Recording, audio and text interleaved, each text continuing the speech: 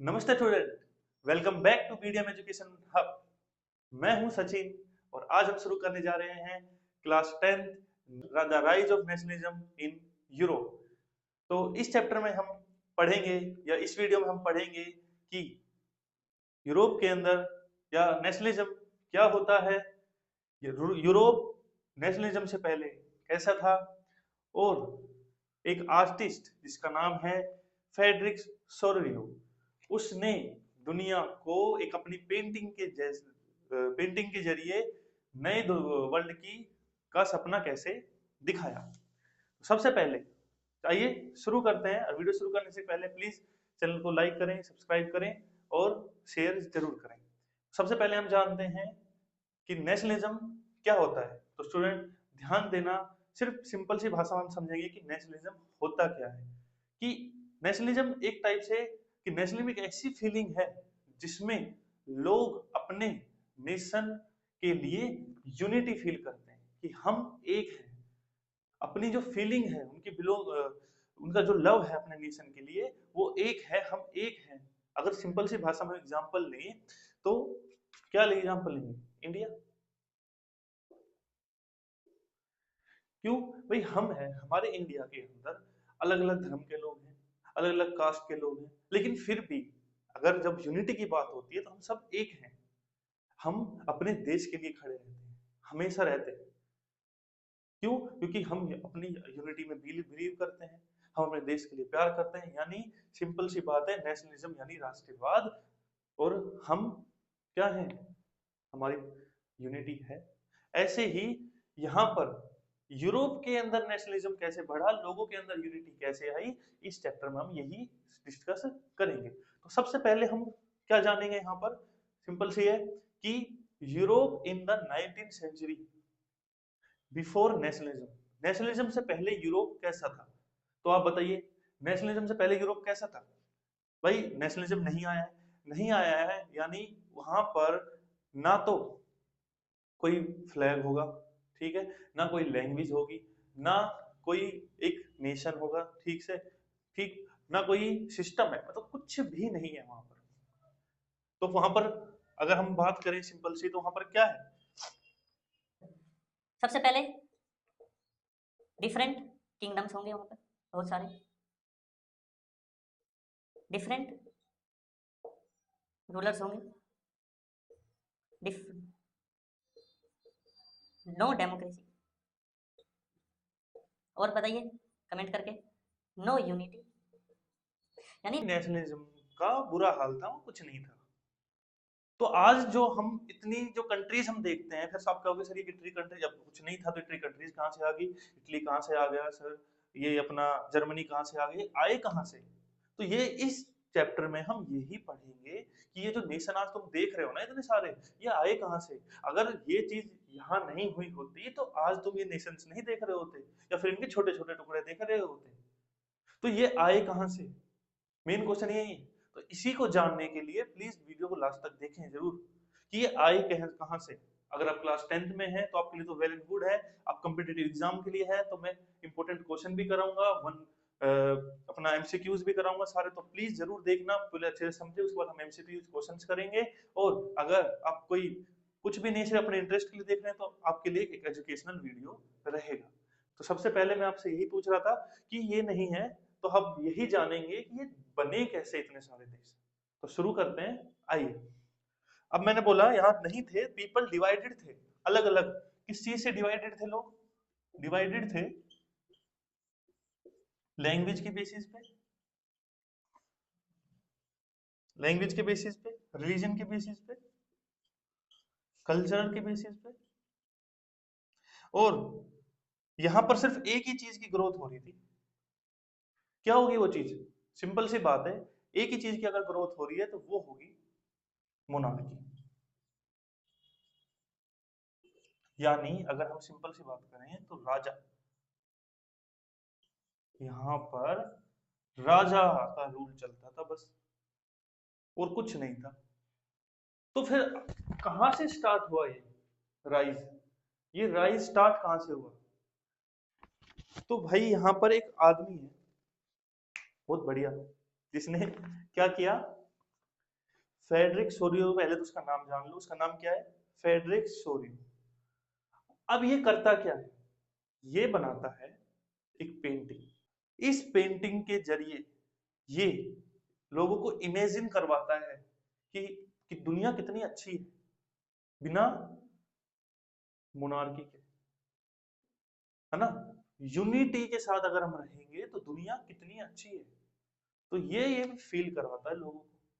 कैसे कराता है वो आगे हम देखते हैं। एक मिनट।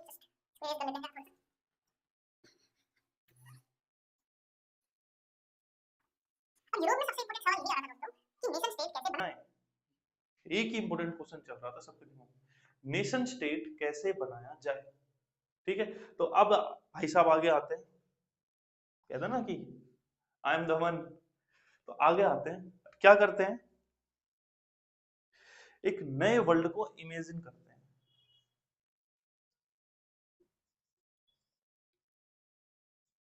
Imagine new world. क्या इमेजिन करते हैं भाई?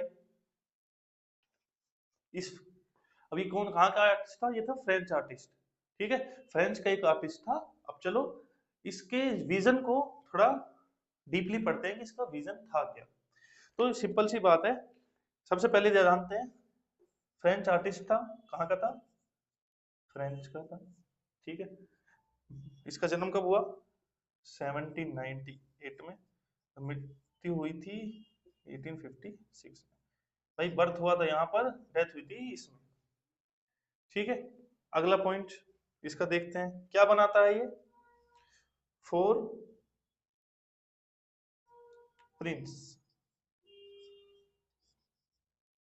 इंपॉर्टेंट क्वेश्चन रहेगा एक नंबर के लिए, बहुत इंपॉर्टेंट। 4 प्रिंट्स बनाता है, कब बनाता है बताओ? 1848 में। बिल्कुल सही, 1848 के अंदर 4 फेमस प्रिंट ये बनाता है। उसने क्या किया? उसने एक ड्रीम, मतलब उसने कहीं ऐसा देखा नहीं था, लेकिन उसने एक ड्रीम वर्ल्ड इमेजिन किया था। क्या किया था? एक ड्रीम वर्ल्ड को उसने इमेजिन किया था। अब उसमें क्या किया? जिसमें सब कंट्रीज को, जिसमें सब कंट्रीज क्या हो? इंडिपेंडेंट हो। ठीक है, डेमोक्रेटिक हो, क्या हो? इंडिपेंडेंट हो, डेमोक्रेटिक हो, और क्या हो? लोग वहां पर प्यार से हार्मनी में रह सके आराम से। तो ये सब उसने इमेजिन किया था। तो अब उसकी प्रिंट्स के बारे में आप पढ़ लेते हैं। सभी लोग अपनी बुक में क्या निकाल लेंगे? चैप्टर फर्स्ट में जो पेंटिंग दी हुई है ना अपने की, पहले शायद फर्स्ट पेज पे एक पेंटिंग दी होगी, उस पेंटिंग को निकाल लेते हैं। इसको मैं एक सब अपनी पेंटिंग को निकालेंगे, ध्यान से देखेंगे इस पेंटिंग में आपको क्या क्या दिख रहा है। मैं पूछ रहा हूं आपसे, इस पेंटिंग में आपको क्या क्या दिख रहा है? तब तक वीडियो को लाइक करें। Part first, part first, the position of Nations.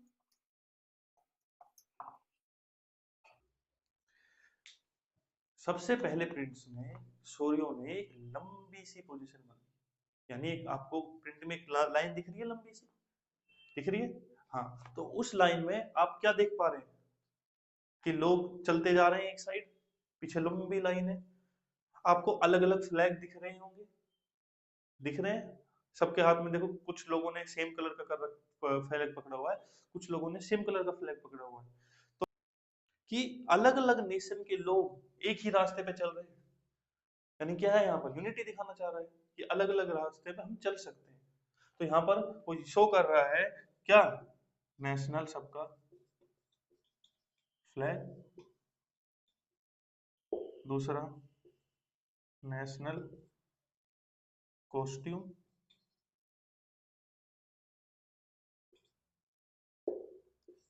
और क्या शो कर रहा है? यूनिटी का स्ट्रॉन्ग मतलब, यूनिटी का स्ट्रॉन्ग मतलब वो यहाँ पर बताना चाह रहा है कि यूनिटी कैसे की जाती है, यूनिटी में कैसे रहा जाता है। अब इस पेंटिंग में मैसेज क्लियर था।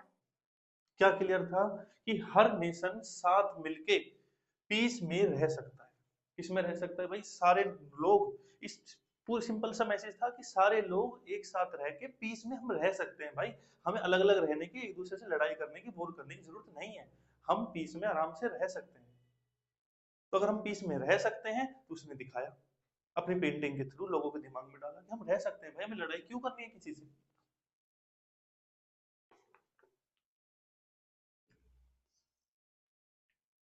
बस उसका सिंपल सा सपना ये था कि हर नेशन अपना एक डेमोक्रेटिक नेशन बनाए, जिसमें सब यूनिटी के साथ पीस में रह सके। उसका ये सिंपल है कि सब भाई डेमोक्रेटिक हो, लोगों को अपने अपने राइट्स मिले, किसी के साथ भेदभाव ना हो, और सब क्या रहे, पीस में रह सके। उसका सिंपल सा मतलब ये था। अब नेक्स्ट आगे हम पढ़ेंगे, ये जो सबसे इंपॉर्टेंट रहेगा पेपर के लिए, तो पेपर में पूछा भी जाता है 4-5 नंबर का कई बार, थोड़ा ध्यान से देखना।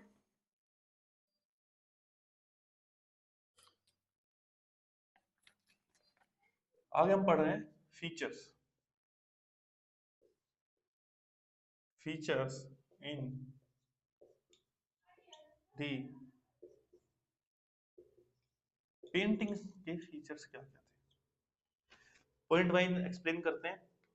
तो सबसे इंपॉर्टेंट, सबसे पहला पॉइंट यही था इसका कि इसके अंदर क्या थे, अभी मैंने बताया, all European nations are song. अगर कुछ के हम नाम ले तो क्या नाम होंगे? फ्रांस, जर्मनी, और बताओ ऑस्ट्रिया, एक्सेट्रा। और भी बहुत सारे थे, जैसे स्विट्जरलैंड वगैरह, बहुत सारे थे। पर सबसे पहला फीचर यही था, all European nation are so. ये आप पेंटिंग में एक्सप्लेन करेंगे। सेकंड ये था कि इसके अंदर USA and Latin America, American sorry, countries, USA और लैटिन अमेरिकन कंट्रीज भी इसमें इंडिकेट थी ग्लोबली। इसके अंदर इससे क्या पता चलता है कि वो पूरी दुनिया को, ग्लोबल को पीस में और यूनाइटेड करना चाहता था। ठीक है। थर्ड फीचर था इसका लिबर्टी। आप ध्यान से देखें, इसमें एक आपको एक मूर्ति दिख रही होगी व्हाइट कलर की, जिसको हम बोलते हैं लिबर्टी स्टेचू। क्या बोलते हैं? Liberty statue. या फिर इसको बहुत सारे लोग लेडी लिबर्टी भी बोलते हैं। अब इसको ध्यान से देखिए, इसके दो हाथ हैं, मतलब वैसे बात है दो हाथ तो होंगे ही, पर ध्यान से देखिए कि इसके एक हाथ में तो टॉर्च है, बेटा वो टॉर्च है एक हाथ में, और दूसरे हाथ में उसने ह्यूमन राइट्स पकड़ रखे हैं, और लोग उसी के राह पे चलते जा रहे हैं। ठीक है, सबको रास्ता दिखा रही है। इसका मतलब है कि वो सबको क्या दिखा रही है? रास्ता दिखा रही है कि आओ भाई, अभी तक तुम कौन सी दुनिया में जी रहे थे। तो क्या कर रखा था उसने? Holding torch of freedom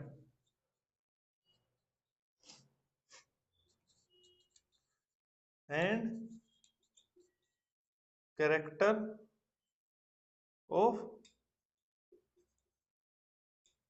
rights in hands. ठीक है, एक हाथ में टॉर्च थी, दूसरे हाथ में राइट्स थे, और लोग उसी रास्ते पे चलते जा रहे हैं, वो रास्ता दिखा रही है लोगों को। और आगे हम बात करें, एक फीचर हो गया, दो तीन, चौथे फीचर की हम बात करें तो लोग क्या कर रहे थे? अपनी चेन को तोड़कर उस रास्ते पे जा रहे थे। लोगों ने क्या तोड़ा कि भाई अब हम मोनार्की नहीं रखेंगे, अब हम बस बहुत बंद लिए, हमने बहुत कुछ झेल लिया, अब हम नहीं झेलेंगे। इससे क्या पता चलता है कि ये था कि freedom from Kings and monarchy, राजाओं के लोग, अब हम राजा का रूल अब नहीं मानेंगे, अब हमें चाहिए डेमोक्रेटिक, यानी अब हमें चाहिए फुल इज्जत। बस अब हमें नहीं बस झुक के रहना है, अब इनको चाहिए थी फुल इज्जत। डायलॉग सुना होगा ना, मिर्जापुर, देखा है? हाँ हाँ। उसमें क्या बोलता है कि अब हमें चाहिए फुल इज्जत, तो वही वाली बात आ गई थी, अब चेन मेन तोड़ के अब इनको चाहिए थी फुल इज्जत, यानी अब वो चाहिए जा रहे हैं डेमोक्रेटिक के रास्ते पे।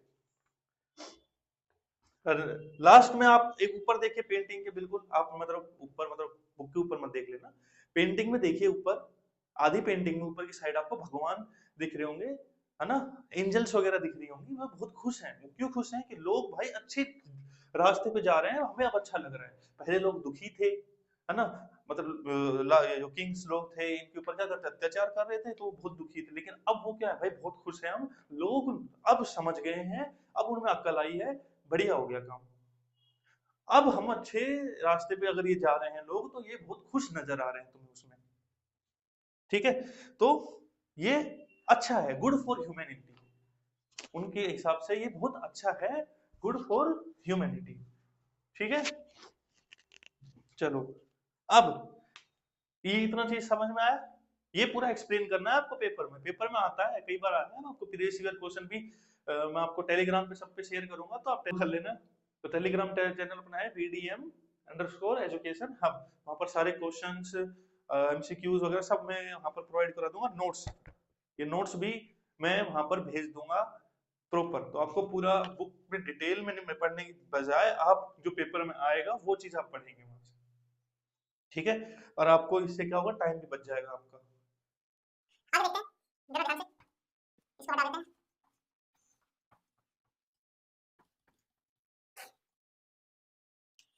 अब एक आगे क्वेश्चन आता है, व्हाट वाज, ये जो पेन था ना, सोयोस उथोपियन रीजन।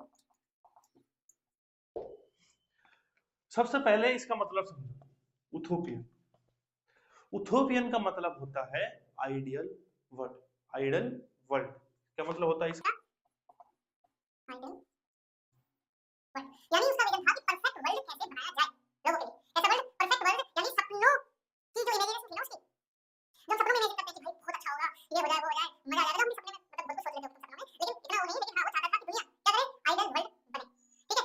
तो उसका जो सपना था वो ये था, तुम्हारा नहीं, इसका सपना जो था वो ये था कि जो नेशंस हो, लोग हो, क्या हो, सारे के सारे नेशन कैसे हो, फ्री हो, सारे नेशन कैसे हो, फ्री हो, और कैसे हो, वही सिंपल जो हम बार बार पढ़ रहे हैं, डेमोक्रेटिक हो।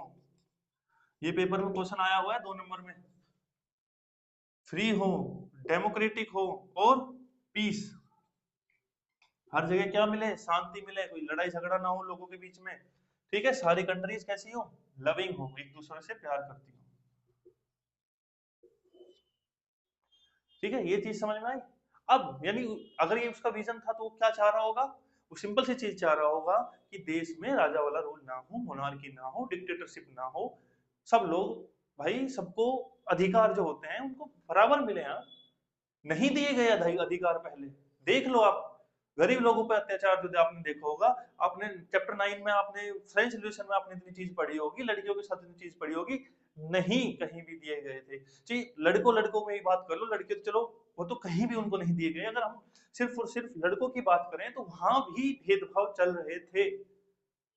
लेकिन अगर हम बात करें कि चीजें सही कैसे हुई, तो धीरे धीरे धीरे चल रही। हम अपने इंडिया की ही बात कर लें, बाद में हमारे साथ कितना बुरा हुआ था आजादी से पहले। अगले चैप्टर में हम पढ़ेंगे उस चीज को भी, कि थोड़ा बहुत जो हमने वो गांधी एरा वाला जो चैप्टर है उसको कवर करेंगे। लेकिन पहले यहां पर आ जाते हैं कि हो क्या रहा था, लोग कितने, हमने फ्रेंच में पढ़ा था, 9th क्लास में आपने पढ़ा होगा कि फ्रेंच में लोगों के साथ कितना बुरा हुआ था, लोगों तक खाने खाने तक की भी चीजें नहीं थी लोगों को। तो बहुत झेल के आए हैं लोग, आज ऐसे ही दुनिया नहीं बनी है, बहुत कुछ झेला है दुनिया ने। तो आज यहीं तक पढ़ते हैं, ये तो वीडियो बहुत लंबी हो जाएगी, फिर लोग देखेंगे नहीं, सिंपल सी बात है। तो आज यहीं तक पढ़ते हैं। आज हमने क्या क्या पढ़ा, यूरोप बिफोर नेशनलिज्म, नेशनलिज्म का सिंपल मीनिंग पढ़ा, फेडरिक सोरियो का ड्रीम वर्ल्ड, और फर्स्ट पेंटिंग का एक्सप्लेनेशन, हमने इतनी चीज पढ़ लिया है, ठीक है। अब पार्ट 2 में हम पढ़ेंगे, डिस्कस करेंगे फ्रेंच रिवॉल्यूशन और उसका आइडिया ऑफ नेशंस, ठीक है। तो चैनल को सब्सक्राइब करें, लाइक करें, और प्लीज जरूर शेयर करें। थैंक यू, मिलते हैं नेक्स्ट वीडियो।